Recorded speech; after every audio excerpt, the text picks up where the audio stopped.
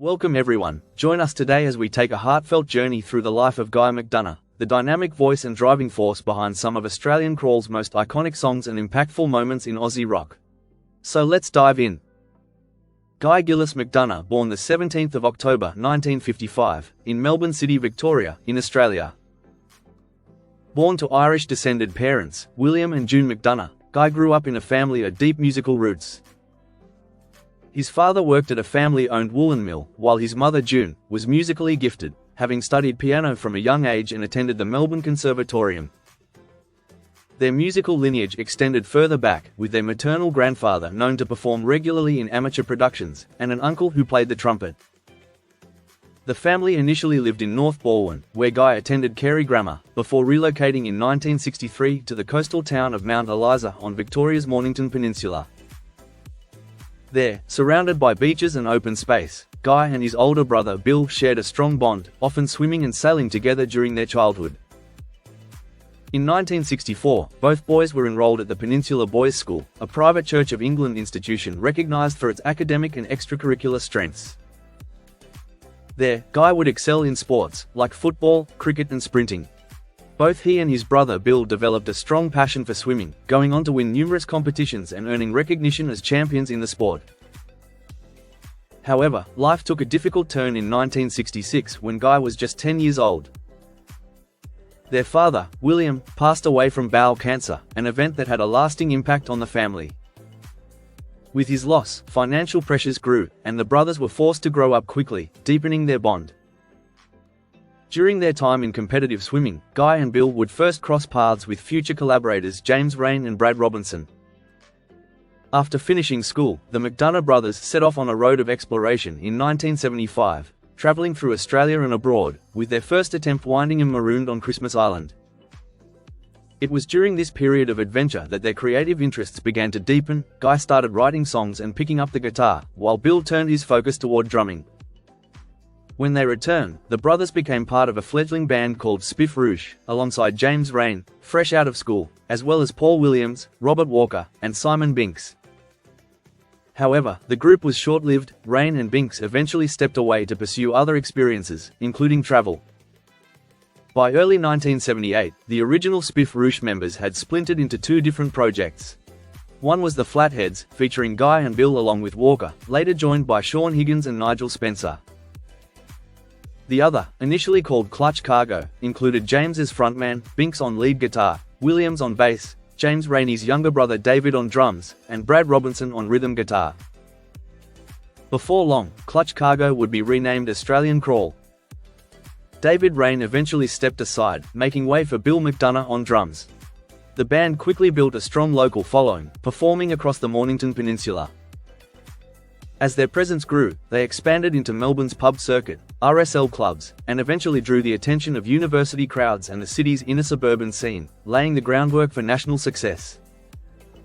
As Australian Crawl's reputation grew, they drew the interest of David Briggs, guitarist for the Little River Band. Recognizing their potential, Briggs helped secure a deal with EMI and produced their debut single, Beautiful People, which climbed to number 22 on the national charts in 1979. Riding that momentum, the band released their first album, The Boys Light Up, in 1980, again produced by Briggs.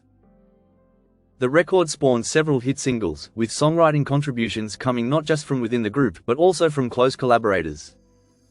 One standout track, Downhearted, a melancholic take on heartbreak, reached number 12 and was co-written by Sean Higgins along with Bill and Guy McDonough, a creative partnership that ultimately led to Guy officially joining the band in October 1980 as a guitarist, vocalist, and songwriter.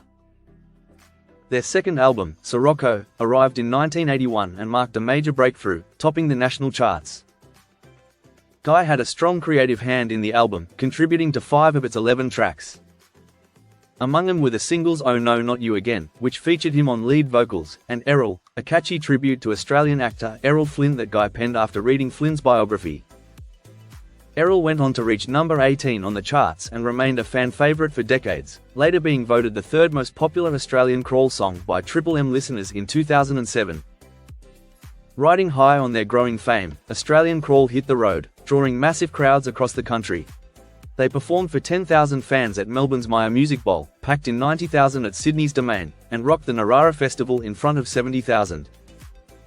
Their shows in Brisbane and Perth also broke attendance records at indoor venues.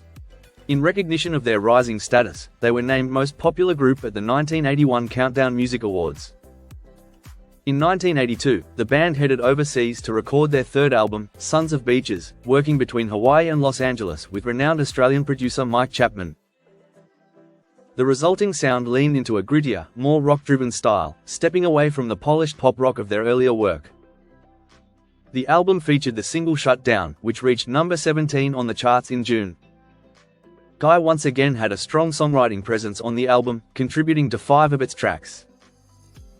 While the album itself climbed to number 1, its singles didn't achieve the same chart impact as previous releases. Not long after, Bill McDonough parted ways with the group, mainly due to tensions with James Rain. He was temporarily replaced by former Angels drummer Graham Bidstrup, who joined for the 1983 Semantics EP.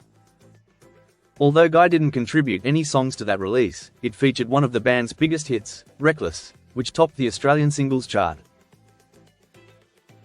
Later in 1983, the band issued a live album, Phalanx, with John Watson stepping in as their new drummer.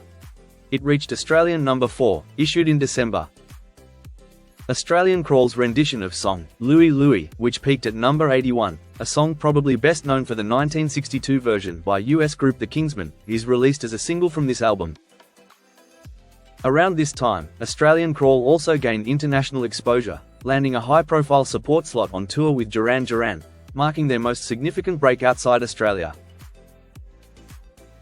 In early 1984, just before Australian Crawl was set to tour the United States, Guy made the courageous decision to enter detox, determined to distance himself from the alcohol and drug culture that is often surrounded by fame. With the support of his family, he entered rehabilitation and chose to follow a naturopathic approach to his health upon returning home. However, not long after, Guy fell seriously ill and was admitted to hospital, spending several weeks in the intensive care unit. Although he initially showed signs of improvement, his immune system had been severely weakened. Tragically, on the 26th of June 1984, Guy McDonough passed away in a Melbourne hospital due to complications from an infection.